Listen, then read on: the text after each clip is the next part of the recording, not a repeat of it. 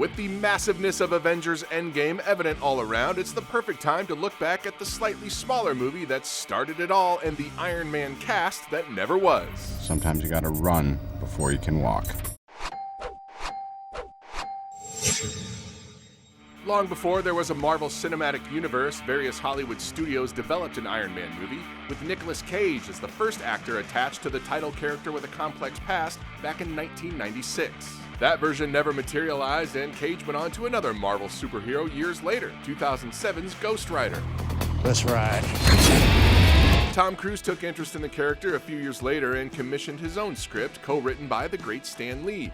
His Tony Stark also never got going, and the rights went through various directors before landing with Jon Favreau. The Elf director and comic book fan first offered Iron Man to Hugh Jackman, who was already well established as Wolverine, and turned it down. Because I'm the best there is at what I do.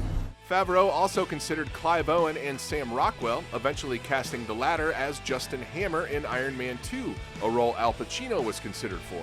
Were you talking to the right guy? However, after reportedly seeing Robert Downey Jr. in Kiss Kiss Bang Bang, Favreau invited the actor to audition on the same day he was also auditioning Timothy Olyphant.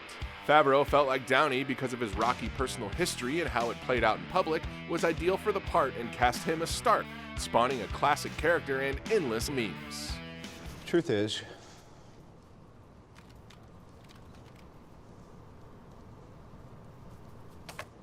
I am Iron Man. For Iron Man's love interest, Pepper Potts, Favreau offered the role to Rachel McAdams, who passed on the then unproven superhero brand, but later entered the MCU in 2016's Doctor Strange.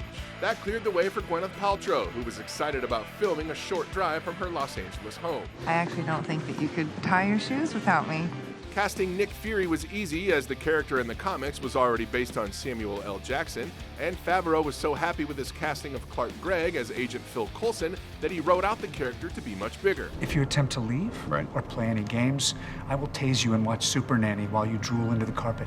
The same cannot be said for Terrence Howard's take on Rhodey. Even though he was reportedly the first cast and highest paid actor on Iron Man, he was replaced in future Marvel movies by Don Cheadle. Next time, baby. Iron Man went on to gross over $600 million worldwide, reviving Robert Downey Jr.'s career and laying the groundwork for the Marvel Cinematic Universe that has changed Hollywood forever.